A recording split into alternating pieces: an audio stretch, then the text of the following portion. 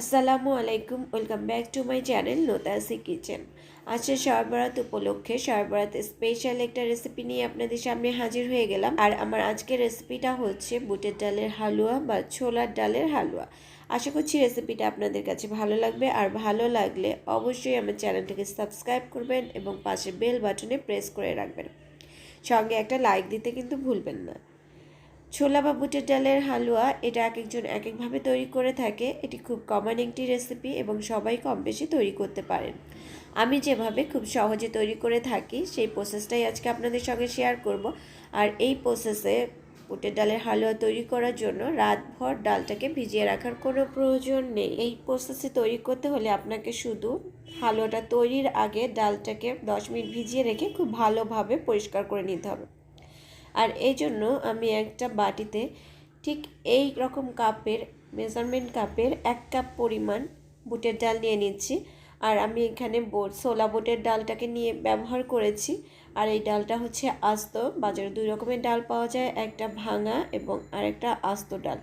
আমি এই ডালটাকেই নিয়েছি, কারণ এই ডালটার হালুয়াটা খেতে কিন্তু একটু ভালো হয়ে থাকে। আর এই ডালটা নেওয়ার পরে আমি এখন এই ডালটাকে খুব ভালোভাবে পরিষ্কার করে ধুয়ে নেব। তার জন্য আমি এখানে আগে ডালটাকে ভিজিয়ে রাখবো প্রায় 10 মিনিটের মতো। এজন্য আমি পর্যাপ্ত পরিমাণে পানি দিয়ে দিচ্ছি এবং পানিটা দিয়ে আমি 10 মিনিট ভিজিয়ে রেখে দেব। তাতে করে হবে ডালে যে ময়লাগুলো আছে সেটা নরম হয়ে গিয়ে পানির সঙ্গে মিশে যাবে। আমি ডালটাকে 10 মিনিট ভিজিয়ে রাখার পর খুব ভালোভাবে পরিষ্কার করে ধুয়ে নিয়েছি।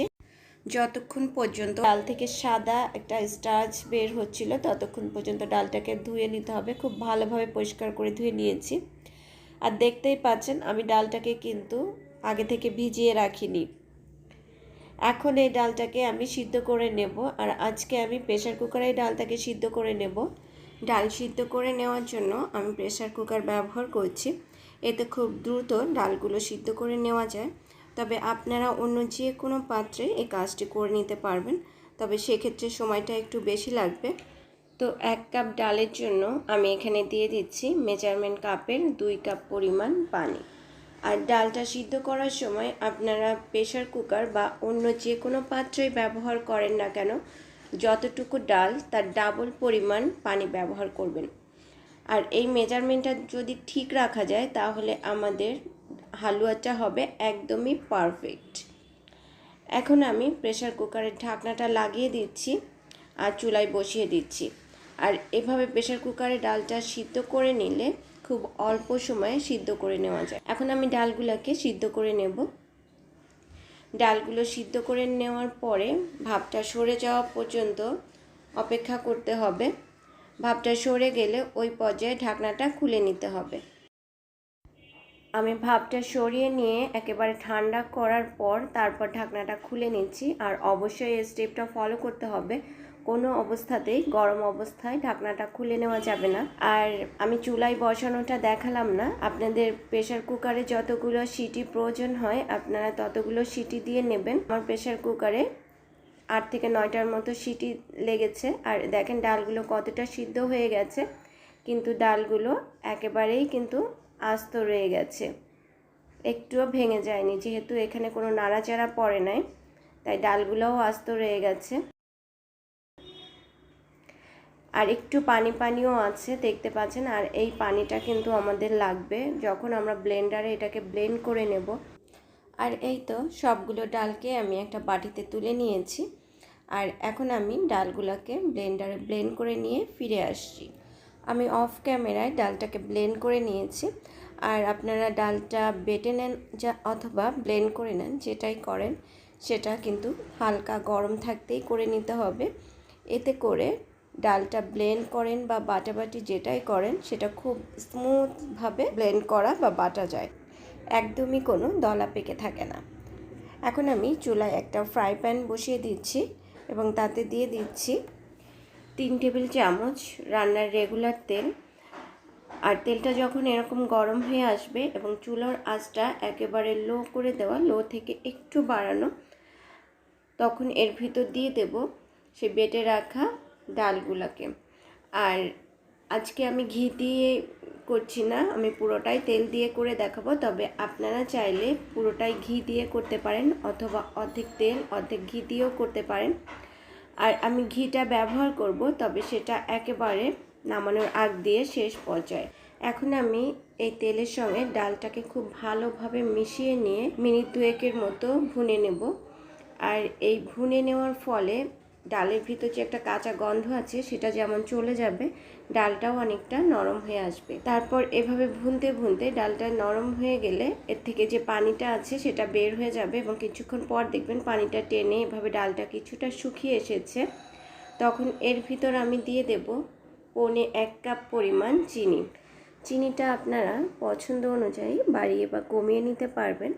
তবে আমার কাছে মনে হয় 1 কাপ ডালের জন্য 1.25 কাপ পরিমাণ চিনি একদম ঠিক আছে। তবে আপনারা টেস্ট করে এখানে 1 কাপ পরিমাণ চিনিও দিয়ে নিতে পারবেন। চিনিটা দেওয়ার পরে দেখতে পাবেন চিনিটা গলে গিয়ে এর থেকে অনেকটাই পানি ছেড়ে দিয়েছে এবং ডালটা এরকম একটা লিকুইড ফর্মে চলে এসেছে। তবে নাড়ানো থামালে একদমই চলবে না, এটা অনবরত নাড়তে হবে। এবং এই পর্যায়ে এসে আমি এখানে দিয়ে দিচ্ছি সামান্য কিছুটা জর্দার রং একটু পানিতে গুলে। আর এটা টোটালি অপশনাল, এটা আমি দিচ্ছি যাতে করে হালুয়ার কালারটা একটু সুন্দর আসে। আপনারা এটা না চাইলে একেবারে স্কিপ করতে পারবেন। জর্দার রংটা দেওয়ার পর খুব ভালোভাবে ডালের সঙ্গে মিশিয়ে নিচ্ছি এবং এটা কিন্তু অনবরতই নাড়ছি, এটা একদমই নাড়ানো থামানো যাবে না। নাড়ানো থামালেই কিন্তু এটা নিচ থেকে লেগে যাবে আর পুরো একটা গন্ধ বের হবে। আর নাড়তে নাড়তে যখন ডালের পানিটা অনেকটাই কমে আসবে, একটু ভেজা ভেজা থাকবে, এই পর্যায়ে দিয়ে দেব 1/2 কাপের থেকে একটু বেশি গুঁড়া দুধ। আজকে আমি কোনো লিকুইড দুধ ব্যবহার করছি না, পুরোটাই গুঁড়া দুধ দিয়ে তৈরি করে নেব। আর এভাবে গুঁড়া দুধ দিয়ে তৈরি করে নিলে হালুয়ার টেস্টটা অনেক সুন্দর হয় আর হালুয়াটা টানিয়ে নিতেও খুব সুবিধা হয়, খুব দ্রুতই হালুয়াটা টেনে যায়। মানে পানিটা শুকিয়ে নিতে অল্প সময়ে পানিটা শুকিয়ে নেওয়া যায়। আর গুঁড়া দুধটা দেওয়ার পরে সব কিছু খুব ভালোভাবে মিশিয়ে নিতে হবে এবং অনবরত নাড়তে থাকতে হবে। আর চুলার আঁচটা কিন্তু প্রথম থেকে শেষ পর্যন্ত লো থেকে সামান্য একটু বাড়ানো থাকবে। আর এই কাজটা কিন্তু একটু ধৈর্য সহকারে করতে হবে। আমার হালুয়াটা অলমোস্ট হয়ে এসেছে আর এই শেষ পর্যায়ে নামানোর 5 থেকে 6 মিনিট আগ দিয়ে এখানে আমি দিয়ে দিলাম 2 টেবিল চামচ ঘি। আর এই ঘিটা দেওয়ার ফলে দেখতে পাবেন হালুয়াটা অনেকটাই স্মুথ হয়ে এসেছে এবং হালুয়ার ভিতর থেকে ঘিয়ের যে একটা ফ্লেভার আছে সেটা স্ট্রংলি পাওয়া যাবে। আর এই ঘিটা কিন্তু অবশ্যই দেওয়ার চেষ্টা করবেন, এটা আমি বলবো স্কিপ না করার জন্য। তাতে করে আপনি যে প্রথমে তেল দিয়ে হালুয়াটাকে তৈরি করেছেন, এটা খাওয়ার পর কেউই বুঝতে পারবে না, মনে হবে পুরোটাই আপনার ঘিয়ে তৈরি করা। আর এই তো আমার হালুয়াটা রেডি হয়ে গেছে একেবারে।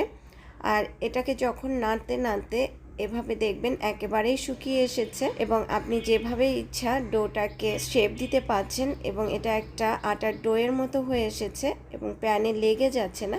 সেই পর্যায়ে বুঝতে পারবেন ডোটা একেবারেই রেডি হয়ে গেছে, আমাদের হালুয়াটা একেবারেই তৈরি।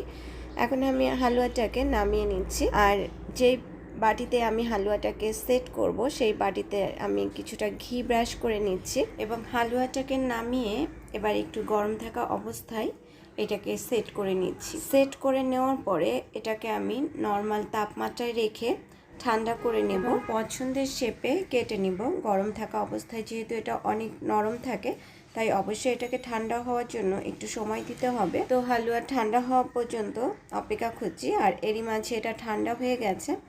এখন আমি এটাকে আমার পছন্দের শেপে কেটে নিচ্ছি। আমি এটাকে বরফির আকারে কেটে নিচ্ছি, আপনারা চাইলে যে কোনো শেপেই কেটে নিতে পারেন আর চাইলে এটাকে ছাঁচে ফেলেও করে নিতে পারেন। তবে সেক্ষেত্রে ছাঁচে একটু তেল মেখে নিতে হবে আর ডালটা গরম থাকা অবস্থাতেই এটাকে ছাঁচে ফেলে শেপ দিয়ে নিতে হবে, কারণ গরম অবস্থাতেই শেপটা খুব ভালো আসে।